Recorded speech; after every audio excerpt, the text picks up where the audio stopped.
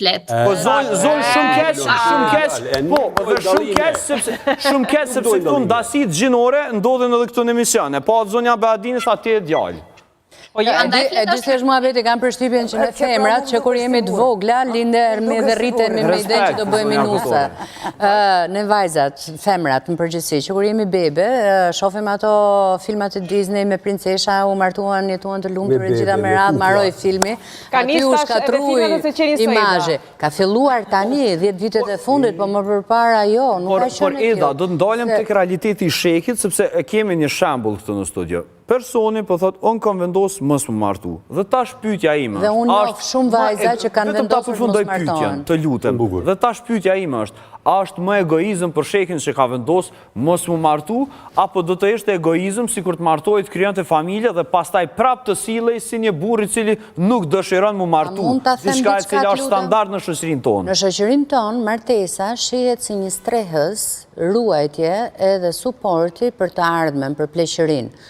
Dhe prandaj njerëzit e shtyn njëri tjetrin shumë drejt martesës duke i thënë, po kur të plakësh, kush do kujdesesh për ty, ti nuk do kesh fëmijë, kush do të japi një gotë ujë, kush do të vinë mbrapa. Shekit për shembull.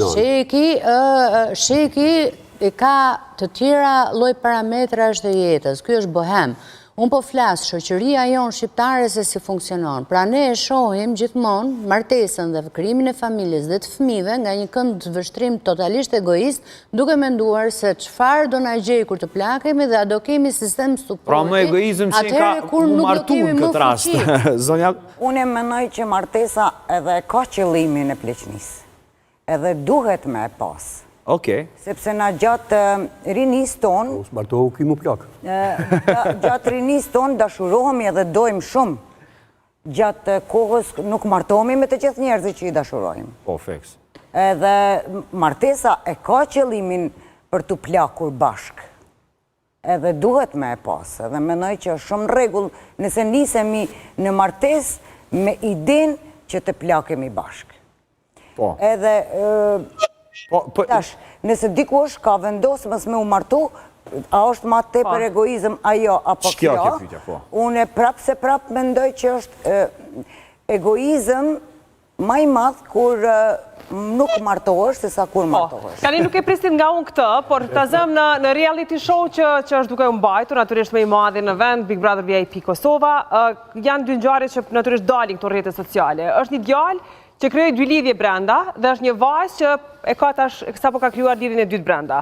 Për djalin nuk thuhet gjë, për vajzën. Sepse ai djali prej momentit kur ka hyrë ka thënë unë jam playboy, unë jam edhe unë nuk kam tendenca me kriju një lidhje serioze.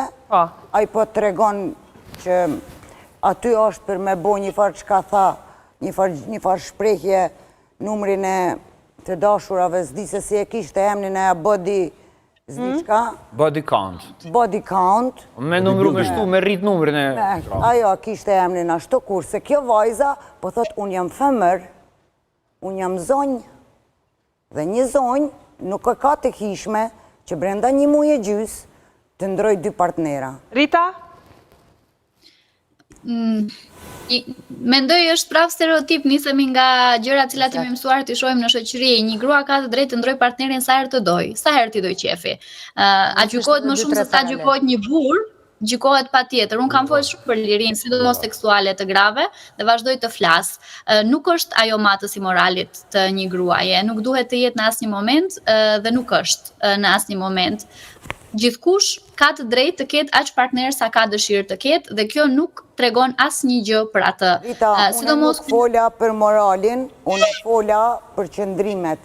Kur ti thush vetë... Po flas në përgjithësi. Nuk po flas në përgjithësi, jo si replikë nga jush. Që nuk fola për moralin. Pse nuk është e ishme për një grua, për shembull, ose pse do të me qenë normë me pas një partner mrena 2 muaje? Nëse dënë, nëse jetojnë me kohë të demokracisë, pse mos me pas më shumë? Ata japon përgjigjen, të lutem? A mundem? Po.